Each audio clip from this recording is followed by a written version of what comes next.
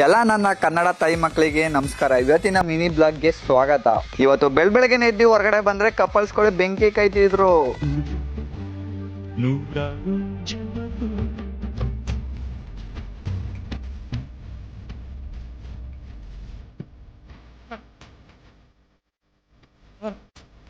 ಈ ಕಡೆ ನೋಡಿದ್ರೆ ಅಣ್ಣ ತಂಗಿ ಹಾಲ್ ಕರಿತಿದ್ರು. ಈಗಿನ ಕಾಲದಲ್ಲಿ ಈ ತರ ಅಣ್ಣ ತಂಗಿ ಮಧ್ಯ ಬಾಂಡಿಂಗ್ ಐತೆ ಅಂದ್ರೆ ಗ್ರೇಟ್ ಗುರು. ನೆಕ್ಸ್ಟ್ ನಮ್ಮ ಪಯಣ ಹೊಲದ ಕಡೆ. ಪೈಪ್ ಎಲ್ಲ ಜೋಡಿಸ್ಬೇಕಾಗಿತ್ತು, ಜೋಡಿಸ್ಬಿಟ್ಟು ನಮ್ ಚಿಕ್ಕಮ್ಮನ ಎತ್ತಾಕೊಂಡೋದೆ.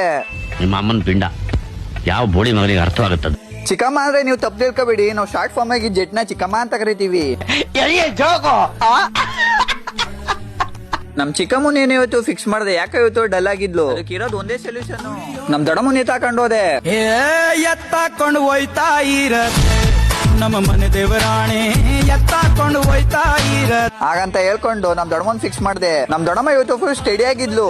ಆಗ ಅನ್ಕೊಂಡ್ ನಮ್ ಅತ್ತೆ ಮನೆಗೆ ಹೋದೆ. ಇವತ್ತಿನ ಮೇವ್ ಇದು ಸೈಡ್ಸ್ಗೆ ಪಲ್ಯ ಇತ್ತು. ನಮ್ ಅತ್ತೆ ಅಂದ್ರೆ ಶಾಕ್ ಆಗ್ಬಿಡಿ, ಹೆಣ್ ಕೊಡ ಅತ್ತೆ ಅಲ್ಲ. ಯಾಕಂದ್ರೆ ಅವ್ರಿಗೆ ಹೆಣ್ಮಗ್ಲಿಲ್ಲ, ಮದ್ವೆ ಆಗ್ಬೇಕು ಅಂದ್ರೆ ಇವಳನ್ನೇ ಮದ್ವೆ ಆಗ್ಬೇಕು ಅಂತ ಅನ್ಕೊಂಡ್ರೆ ಇವಳು ನೋಡ್ರೆ ಈ ತರ ಆಟ ಆಡ್ತಾವಳೆ. A few moments later. ಒಳ್ಳೆ ಚೇಳ್ ತರ ಆಟ ಆಡ್ಕೊಂಡು ಹೋಗ್ ಕೊನೆಗೂ ಬಿದ್ದೇ ಬಿಟ್ಲು. ಒಳ್ಳೇದ್ ಮಾಡ್ತದ ನಿನ್ ಜನ್ಮಕ್ಕೆ ಹೋಗೋ. ಬಿದ್ರು ಮೀಸೆ ಮಣ್ಣಾಗಲ್ಲ ಅಂತ ಗಾದೆನ ಇವಳಿಗೆ ಸೆಟ್ ಮಾಡಿ ಇರ್ಬೇಕು ಅನ್ಸುತ್ತೆ ಅಂತ ಹೇಳ್ತಾ ಇವತ್ತಿನ ಬ್ಲಾಗ್ ಎಂಡ್ ಮಾಡ್ತಿದೀನಿ. ಇಷ್ಟ ಆದ್ರೆ ಲೈಕ್ ಮಾಡಿ, ಸಪೋರ್ಟ್ ಮಾಡಿ.